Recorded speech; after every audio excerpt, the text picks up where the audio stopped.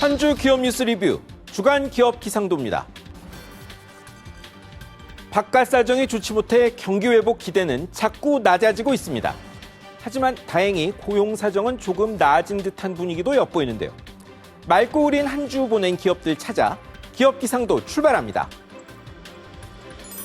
먼저 삼성전자입니다. 시스템 반도체 분야인 카메라용 이미지 센서에서 일본 소니 제치고 1억 화소 제품을 공개했습니다. 정확히는 1억 800만 화소입니다. 이전 6,400만 화소도 먼저였는데 또 앞섰습니다. 지금까지 잡아내지 못했던 것까지 카메라로 다 찍을 수 있겠죠.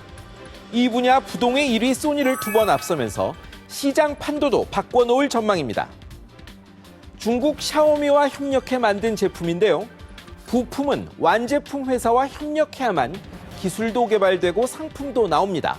물론 이런 기본도 모르는 부품 강국도 있긴 합니다. 다음은 스타벅스 코리아입니다. 커피 가게가 너무 많이 늘어 걱정인데 여기는 급성장 거듭해 반기 매출이 9천억 원에 육박했습니다. 상반기 매출 8,877억 원, 작년보다 25% 넘게 늘었습니다. 진출 20년인 올해 매장도 1,300개가 넘었습니다.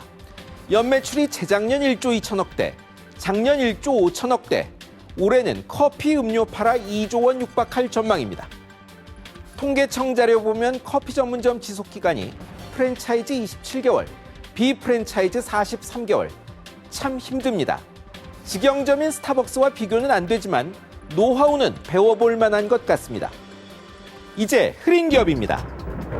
첫 번째는 DHC 코리아입니다. 일본식 표현으로 혐한 방송에 유니클로 능가하는 대리 사과로 화만 더 돋구었습니다. 한글을 일본이 통일했다. 멋대로 독도 차지했다. 그야말로 아무 말 대잔치 유튜브 채널 들통나 사과문이란 걸 냈습니다. 그런데 본사 뜻 아닌 한국 법인의 대리 사과였습니다. 상황이 악화하자 불매운동 확산에 앞서 화장품 가게들이 제품 치우기 시작했습니다. 막말 채널 차린 화장품 회사. 상식으론 이해 안 되지만 우익인사라는 회장 요시다 요시야끼를 보면 알 것 같죠. 일본에선 기업들의 이런 자해 행위가 용납되나 봅니다. 여기도 일본 관련 막말 영상으로 혼쭐 났습니다. 화장품 위탁 생산 기업 한국콜마입니다. 일본 수상 아베가 문재인 대통령 때리지 않은 것만도 다행이다.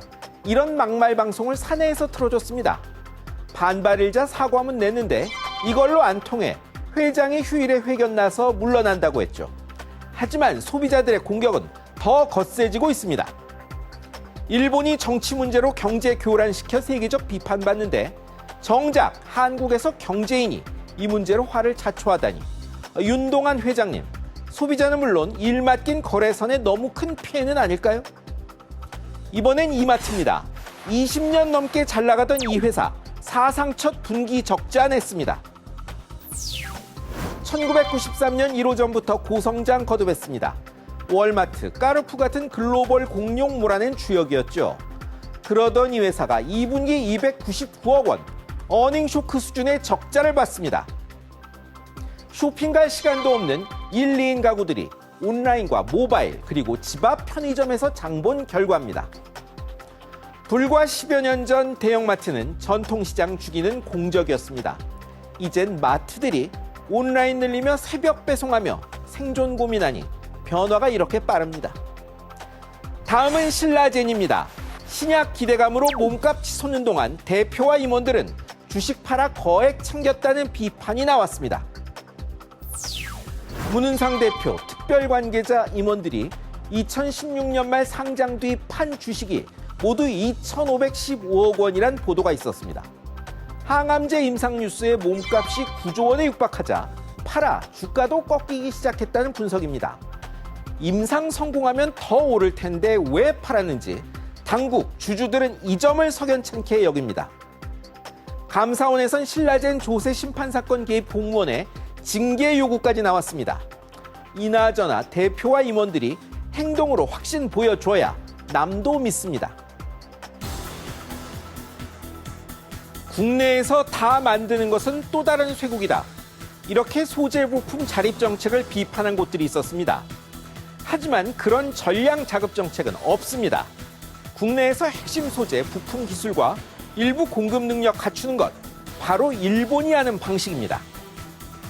지금까지 주간 기업 기상도였습니다.